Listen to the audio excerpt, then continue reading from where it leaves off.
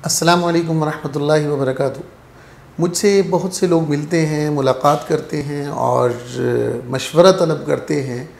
Some time ऐसा होता है कि कुछ ऐसी कहानियाँ, कुछ ऐसे किरदार सामने आते हैं जिन्होंने बिज़नेस में बहुत कुछ खोया होता है, बहुत नुकसान उठाया होता है, उनका सब सरमाया डूब चुका होता है। जब डीपली उनसे गुफ्तगू की जाए, उनके साथ बात की जाए, तो बहुत सी चीज़ें जहाँ पर समझ में आती हैं, वहीं पर एक चीज़ जो सबसे ज़्यादा हाईलाइट होती है वो होती है प्लानिंग। अक्सर बिजनेसेस ऐसे हैं जिनकी शुरुआत बग़ैर प्लानिंग के है, कोई प्लान नहीं है। जब इसका सर्वे किया गया तो मार्केट में अराउंड अबाउट 60% ऐसे बिज़नेस हैं, ऐसे कारोबारी हैं जो उन बिज़नेसेस को संभाले हुए हैं, जिनके पीछे कोई बैकअप प्लान नहीं है, कोई स्ट्रेटजी नहीं है, कोई मार्केटिंग रिसर्च नहीं है और कोई उसमें ऐसे पहलू नहीं हैं जो उनको बिज़नेस को नुमायां कर सकते। तो इस तरह की काफ़ी सारी वजूहात सामने आने के बाद आज मैं आपके सामने कुछ ऐसे पहलू रखना चाहता हूँ ताकि कोई भी अगर बिज़नेस शुरू करना चाहता है तो इन पॉइंट्स को मद्देनज़र रख के बिज़नेस के मैदान में आए।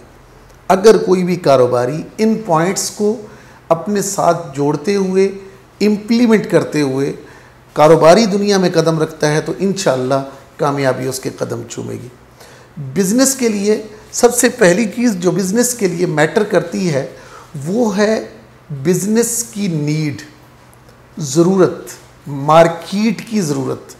मार्केट में ऐसी कौन सी चीज़ है जो मौजूद नहीं है। जब कारोबारी इस पर सोचता है तो उस चीज़ को मार्केट में फ़राहम करने के लिए मैदान अमल में आ जाता है और वो ज़रूरत उसका बिज़नेस बन जाती है। यहाँ पर सोचने की बात यह है कि ऐसी कौन सी चीज़ है जो मार्केट में मौजूद नहीं है और उसको बिज़नेस बना लिया जाए। अब ये सोचना बिजनेसमैन का काम है। जब आप मार्केट रिसर्च के हिसाब से मार्केट में गैप तलाश कर लेते हैं कि यहाँ पर फ़लाँ गैप है, फ़लाँ प्रोडक्ट इस वक्त मार्केट में मौजूद नहीं है, वो इंसानों की ज़रूरत है, डेली बेस, वीकली बेस या मंथली बेस लोग उसको लेते हैं, लेकिन मार्केट में वो चीज़ दस्तयाब नहीं है या हमारी सराउंडिंग में नहीं है, तो अगर मैं उसको बिज़नेस बना के चलूँ तो वो कामयाब हो सकता है। जब आप किसी ऐसी प्रोडक्ट को तलाश कर लें या ऐसी ज़रूरत को तलाश कर लें, ऐसी नीड तलाश कर लें, तो आपका पहला स्टेप मुकम्मल हो गया। दूसरे स्टेप में आपने ये देखना है कि जिस ज़रूरत के मुतालिक आपने सोचा है, ये ज़रूरत कोई और कहीं और जगह पे पूरी कर रहा है या कहीं और भी नहीं है। लाजमी बात है किसी गली मोहल्ले या किसी मार्केट में वो ज़रूरत कोई ना कोई कहीं किसी और शहर में पूरी कर रहा होगा। उसके लिए आपको रिसर्च करनी पड़ेगी, जाना पड़ेगा, विज़िट करना पड़ेगा कि वो लोग अगर इस ज़रूरत को पूरा कर रहे हैं तो कैसे कर रहे हैं। लेट्स सपोज़ एक अहम तरीन ज़रूरत है दवाई, जो इंसान की सेहत के लिए लाजमी है आजकल के ज़माने में। तो आप देखते हैं कि आपके गली मोहल्ले में 3000 की आबादी के करीब वाले मोहल्ले में ना कोई मेडिकल स्टोर है, ना कोई दवाई की दुकान है और ना ही कोई डिस्पेंसरी वहाँ पर मौजूद है। तो आप ये तलाश कर लेते हैं कि यहाँ पर डिस्पेंसरी बनाई जा सकती है, किसी डिस्पेंसर को हायर किया जा सकता है, उसे सैलरी पे रखा जा सकता है, ये आप सोच सकते हैं। लेकिन इस पे इम्प्लीमेंटेशन से पहले आपको उस एरिया में जाना होगा जहाँ पर ये ज़रूरत पहले से पूरी हो रही हो, जहाँ पर पहले से इस पे इम्प्लीमेंटेशन किया जा रहा हो, जहाँ पर लोग इस बिज़नेस से जुड़े हुए हों। जब आप उन लोगों को देखेंगे कि वो कैसे काम कर रहे हैं तो आपके सामने एक सिनेरियो आ जाएगा। अब आपने उस बिज़नेस को देखते हुए ख़ास तौर पर क्या नोट करना है कि उनके जो सर्विसेज एरियाज़ हैं वहाँ पर उनका इस प्रोडक्ट को मुहैया करने का क्राइटेरिया क्या है, उनका मार्जिन क्या है और उनका प्रॉफिट रेशो कितना आ रहा है आजकल, उनको कहाँ से वो माल उठा रहे हैं, उनके होलसेलर्स कौन हैं और कितनी प्रोडक्ट्स हैं जो इस वक्त उनके पास मौजूद हैं और कौन कौन सी प्रोडक्ट्स उनके पास नहीं हैं और कौन सी प्रोडक्ट्स उनके पास ज़्यादा हैं। जब आप इस पर तहकीक करेंगे तो आपके सामने एक पूरा एक सिनेरियो आ जाएगा कि इस मार्केट में काम करने के लिए फ़लाँ स्टेप्स ज़रूरी हैं, इस तरह इसको सेल करना है, इस तरह उनकी मार्केट को देखना है और इस तरह उस प्रोडक्ट को इम्प्लीमेंट करना है और सोसाइटी में लोगों तक पहुंचाना है। तीसरे नंबर पे जब आप ये मुशाहिदा करने के बाद पहुंचेंगे तो अब आपने ये देखना है कि उसके लिए दरकार बजट आपके पास कितना है। अगर तो आप ये मुशाहिदा कर लेते हैं कि जो पहले किसी और जगह पे इसी बिज़नेस पे काम कर रहा है तो उसके पास सरमाया कितना है, अंदाज़ा लगाते हैं, उसकी दुकान में मौजूद सामान को देखकर, उनकी प्राइसेस को देखकर कैलकुलेशन करते हैं, तो आपके सामने एक फ़िगर आ जाता है कि आपको इस काम को शुरू करने से पहले इतना सरमाया जमा करना होगा। उस सरमाए के बगैर ये बिज़नेस स्टार्ट नहीं हो सकेगा। जब आप उस सरमाए को जमा करने के लिए सोच रहे हैं कि ये सरमाया जमा होना चाहिए और सरमाया वहाँ पे लगेगा, दुकान की डेकोरेशन पे, फर्निशिंग पे इतना होगा और दुकान की जो पगड़ी है जो आम तौर पर पाकिस्तान में राइज है उसका इतना मुझे देना पड़ेगा और जो मेरे पास एम्प्लॉय हैं वो इतनी सैलरी लेंगे तो मुझे कितना एटलीस्ट सरमाया चाहिए। तो ये जब आप बजट प्लान कर रहे होंगे तो आपके सामने बजट का फिगर भी आ जाएगा कि इस कारोबार को शुरू करने के लिए आपको कितने सरमाए की ज़रूरत है।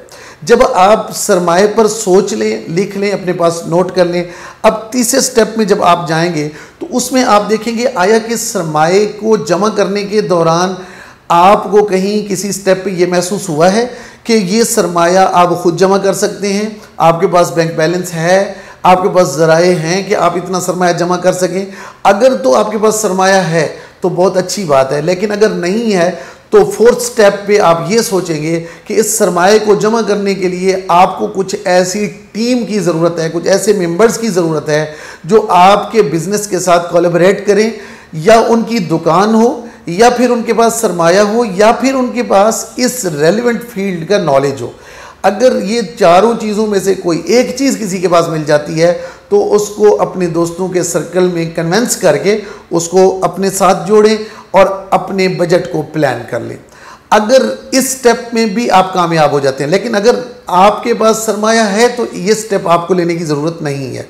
अगर सरमाया नहीं है तो इस सूरत में आप किसी को ऐड कर सकते हैं कि दुकान आपकी होगी, काम मैं करूंगा, या फिर आपका भी सरमाया होगा, मेरा भी होगा, काम मैं करूंगा, या आप और मैं हम सरमाया जोड़ लेते हैं, तजर्बा हमारे पास नहीं है, तजर्बे के लिए हम किसी तजर्बाकार को हायर कर लेते हैं सैलरी पर, या फिर यूँ भी हो सकता है कि तजर्बाकार हमारे पास मौजूद है, हम में से कोई एक टाइम दे और परसेंटेज थोड़ी ज़्यादा ले ताकि इस काम को सीख सके, बाद अज़ां उस पर काम करें। याद रखें मेडिकल की फील्ड में, मैंने एक मिसाल के तौर पे ये मेडिकल की फील्ड की बात की है, दवाई की फील्ड में दवाई बेचने के लिए, एलोपैथिक मेडिसिन देने के लिए लाइसेंस की ज़रूरत होती है।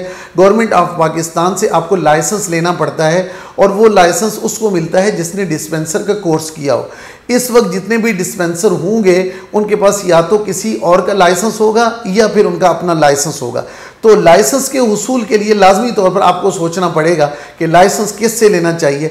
अगर आप मार्केट में कोई ऐसा बंदा तलाश कर लेते हैं जिनके पास लाइसेंस है तो उसको अपने साथ जोड़ लें। भाई लाइसेंस भी आपका, डिग्री भी आपकी और काम भी आपका, साथ में इन्वेस्टमेंट मेरी है, हम साथ मिल के काम करते हैं। तो ये 4 स्टेप आपके पूरे हो गए।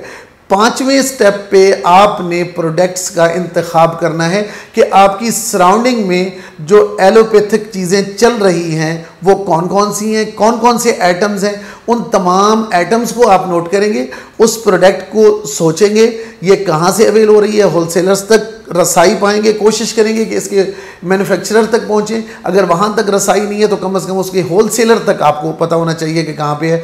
डिफरेंट स्टोर्स पे जाकर एक ही प्रोडक्ट की मुख्तलिफ मांग करेंगे, रेट्स पूछेंगे ताकि आप एनालिसिस कर सकें कि इस वक्त मार्केट में मुख्तलिफ जगहों पर उसकी कितनी परसेंटेज का फ़र्क आ रहा है, कितना कितना रेट उसमें मार्केट में चल रहा है। तो इस सूरत हाल के बाद आप उस स्टेप पे पहुंचेंगे कि बिज़नेस किया जाए। अब इस बिज़नेस को शुरू करने के लिए सबसे पहले कौन सी चीज़ों का जो है ना वो मुआयना करना होगा, मुशाहिदा करना होगा ताकि आप पहला स्टेप उठा सकें। इन 5 चीज़ों को सोचने के बाद अगले मराहिल क्या होंगे ये इंशाअल्लाह हम अगली वीडियो में बात करेंगे। आज तक के लिए बस इतना ही। अल्लाह निगहबान।